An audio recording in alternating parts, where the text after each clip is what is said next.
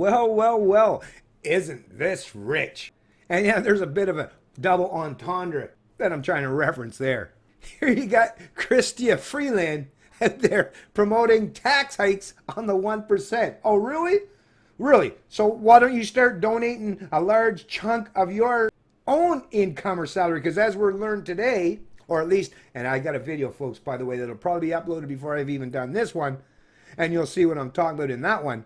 But yeah, basically, when you talk about the 1%, well, in Canada, I believe they paid it roughly around the 220,000 mark. And yeah, you're definitely seeing today a ramp up in growth of those who work for government, these MPs, these people who are part of the political establishment or the political system in this country. These people truly represent the 1%. Unlike those in the private sector who, yeah, you might reach 1% status, but hey, because you got to function in the private sector where there is no safety net, you might be in the 1% and you might lose that position at some point in time because of all the bad economic decisions, central planning policies, and manipulative measures that have destroyed so many areas and aspects of our economy. And guess who does it? Yeah, these people. These people in the government, people such as Chrystia Freeland. So those of you in the private sector who might have reached or attained that 1% threshold at some point in time, yeah, you better hold on to it because people like this are busy and desperate trying to get their grubby hands on anything you've ever built or any prosperity that you've ever accumulated. I mean, how rich is it when you have people that work for government, get those gold-plated pensions, and are actually in that 1% range as far as their economic income and prosperity? Because once again, this is the true divide in Canada predominantly. When you're talking about economics and classes, there's the private sector folks who have to function, like I say, in very perilous economic situations and scenarios, in complete contrast and comparison to those who work for government, have multiple layers of bureaucracy, unions, and they're the ones that get to write the rules in their favor. So these are the people, and they function off the forced wealth and income redistributive model. So they can just, hey, like I say, they're the representation of the invisible God in the room. So they can just, anytime, hey, we need a raise. Well, I'll just force the taxpayers to pony up. And they get their wages adjusted for inflation. So no matter how expensive things get, their salaries are always going to be increased to represent and stay ahead and out in front of that inflation. Headline of the Huffington Post, Chrystia Freeland promotes tax hikes for the 1% to avoid crummy society. She suggested that middle-class insecurity fuels divisive populism.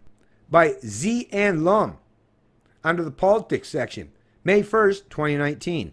Middle-class insecurity.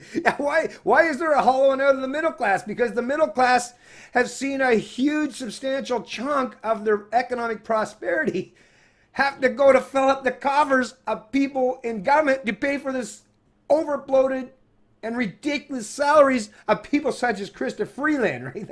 That's where the middle class, or all the regulations, rules, or restrictions on commerce or trade or business practices, or all the taxes, or taxes on top of taxes that we have now. So the carbon tax, and now they're going to tax it. Gee, I wonder if that has any part, if that plays any role in hauling out the middle class in this country. No, she wants to close her eyes and pretend that doesn't exist, ignore that reality. But yeah, I guess she's looking for people that actually gain their productivity in the private market, in the private sector, and plunder them instead. You got to watch out for these socialist types, these collectivists, because while they might pretend that they care about people or are concerned about the middle class, they're not in any way strict. The only thing they're concerned about is if the middle class isn't producing enough wealth that they can steal and plunder to greatly enrich or benefit themselves. That's the true concern. That's the only thing that they are truly concerned. They want to maintain all their entitlements, and without a healthy middle class in the private sector to soak up and sponge large portions of their productive income and wealth, well, I guess, yeah, they're worried that they might not have that goose laying the golden egg for much longer, right? Ottawa, Foreign Affairs Minister Chrystia Freeland promoted tax hikes for the rich as a way of helping a hollowed out middle class Tuesday, but sidestepped questions on whether the country's top 1% will be asked to pay more in the Liberals' upcoming platform. Freeland told an audience as Ottawa's Global Centre for Pluralism that real structural issues with capitalism in the 21st century are feeding disruptive populist trends. No, it's not capitalism. And once again, if you don't want to take my word for it, Or if you want to think that she knows what she's talking, all you have to do is Google what capitalism means, right? It's just free people, free markets. That's not what's causing the downfall of the economy or of society today. No, it's these people in government. Once again, they don't want you to look at them. Look away. Look away. They're going to point elsewhere. These are the people that are your true problems, right? Don't look at me. And what kind of people always seems to blame capitalism for the problems? Oh yeah, socialists, communists, fascists, collectivists. Those who rest and reside and rely on forced income and wealth transfers to sustain their living. Huh, sounds a whole lot like Chrystia Freeland, part of the federal government, doesn't it? Global capitalism is a machine that works extremely well for the super rich, she said. But in this century, Freeland explained it hasn't delivered a comfortable, secure life to the broad middle class. Failure to do that will mean failure to sustain democracy. First of all, what has changed? Why is there a glaring discrepancy now and a growing divide between the regular people, the average people, and that top 1%? Well, it's central bank policy. And who created central banks? Oh yeah, central banks are, once again, an act of legislation, just like corporations. These are all entities or legal fictions that are completely constructed and conjured up by an act of legislation. There would be no such thing as a Central Bank of Canada if the government didn't create it. And it's the central bank, and like I say, genuine economists, people who actually understand these things properly, know damn well, and even central bankers themselves had admitted it is their policies since the Great Recession that has caused and contributed to this massive ramp up of a growing divide between the 1% and everyone else. But once again, you're not going to hear that from Chrystia Freeland, a former economic journalist. Economics journalist, what she writes about economics? Does she actually understand it? Because based on what the rhetoric that's being espoused so far, it sure as shit doesn't seem that way. Shared an anecdote about going door knocking in an upscale neighborhood in her Toronto riding during the last election. She said one man told her that a Liberal government would cost him $30,000 more in taxes. He said, I kind of like you guys. I really like Trudeau. I sort of think you would be a better government, but $30,000 a year? That's a lot to pay just because I like you a little more. Not only because she's a politician, she joked, but also because she said she truly believes it. Freeland told the man that it's in his self-interest to pay more to help his compatriots. Just sacrifice yourself at the altar of the state. And don't worry, we'll make sure the right people get that money or the benefactors of your contribution to the state, right? As if they'll have a choice, right? That's the thing. What? Well, is this gentleman going to have a choice if they write that in the law? No, he'll be forced to do it. So she's nicely saying, oh, it would be real nice of you. Well, if he wanted to do it voluntarily, then why didn't you ask him to give a voluntary donation? And once again, politicians know how to pull over the wool over apparently some of these guys that are even in the 1%. I don't know how these guys got in the 1% if they're that foolish and that naive. Maybe this gentleman got government help to get there himself. I don't know. Failure to pay what it costs to keep the middle class feeling secure, good schools, safe communities will lead to living in a crummy society. That would be really scary for you and scary for the children. Oh my God. Really though? I mean, just listen to the rhetoric. Who has any faith?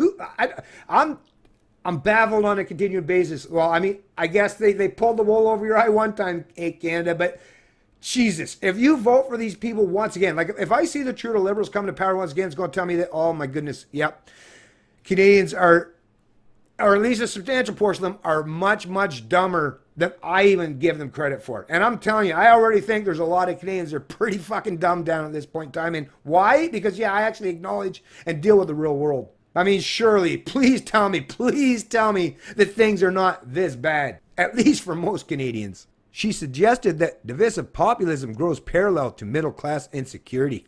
After her talk, the Foreign Affairs Minister would not confirm if she believes there's an increased appetite to see higher taxes for Canada's wealthiest 1%.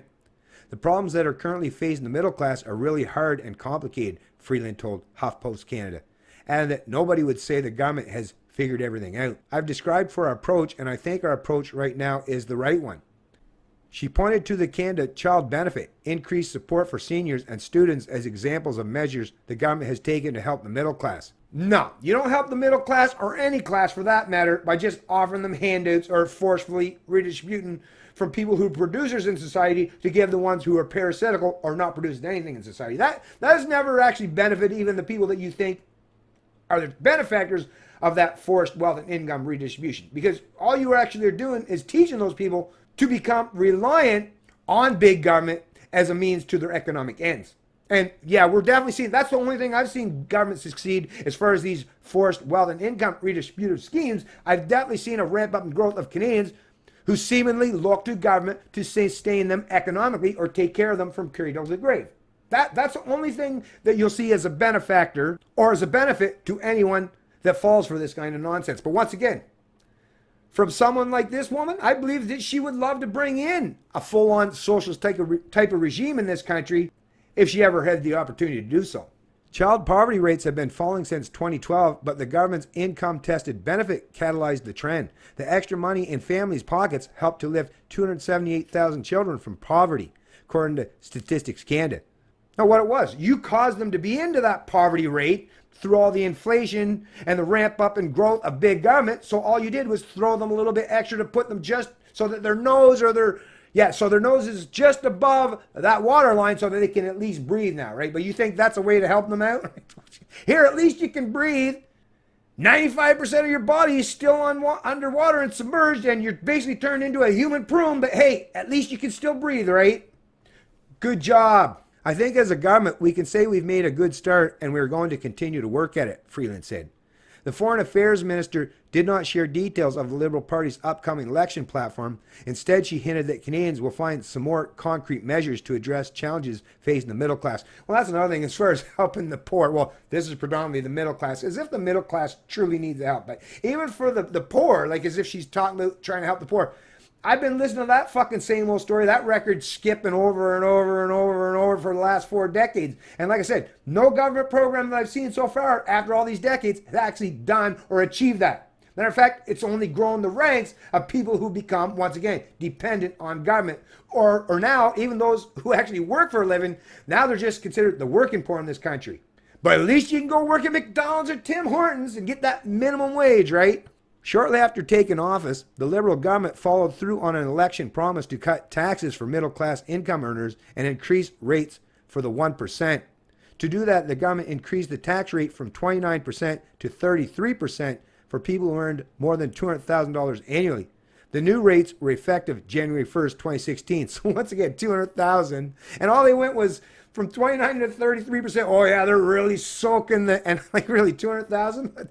I mean, that is what represents roughly that is the area, like I say, that represents the 1% in Canada. But once again, what's that tell you about Canada as far as all this economic prosperity? When even the 1% is only making what, a couple 100,000? Which, once again, look at the video I just uploaded. And the public sector, a large portion of the MPs in this country are basically approaching that level themselves. So they actually represent the MPs that are supposed to be the public servants, supposed to represent you, supposed to serve you as the public. You as their employer, because that's the pretense that you as the voter, the taxpayer, you're supposed to be their employer and they're your employee. But yet, like I say, your employees are making incomes in the range of the top 1%. So are they really public servants? Or are they pigs at the trough who are soaking up and sponging up a large portion of that productive wealth that comes from that middle class that they seem to pretend that they actually care about? The results have been mixed. A report released by the C.D. Howe Institute last year called the new Tax the Rich measure a loser national policy that failed to generate the billions promised by Liberals. According to a report by Canada's budget watchdog published earlier this month, the federal government lost $1.6 billion in potential revenues in the 2015 tax year after its middle-class tax cut measures. And don't forget about all those offshore tax haven investigations like the Panama Papers and all that. How many criminal charges have been resulted or laid in any of those? None. Zero. Zilch, right? So the federal Liberals aren't looking to soak or sponge off of the 1% because, like I say, they basically represent and rub elbows with these people. So come on, folks. In this crony corporate big government world that we live in, like I say, these people, they're only looking to take care of each other. And the people who will always suffer under these kind of initiatives are the ones that don't have any institutional power or are part of the 1% or part of the connected class, namely you, the average taxpayer or wage slave in this country. Because the government announced the measures at the end of 2015, some top earners had time to move their money around before the higher rate became effective, the report states. To those offshore havens that are actually legal in nature, because the government, the corporations lobbied government to allow this stuff. Like I say, if these things were truly illegal and the government, they were desperate to get that money, well, it would already be happening. You would see lots of investigations happening, and you'd see lots of money filling up the coffers from plundering these offshore havens that the wealthy, the elite, and the connected class are using to stash their millions or billions. It also noted there was no noticeable decrease in the number of individuals in the top high-income group between 2015 and 2016, putting ice on theories that higher taxes would force Canada's rich to pack up their bags and leave. With files from Althea Raj. Don't fall for the rhetoric, folks.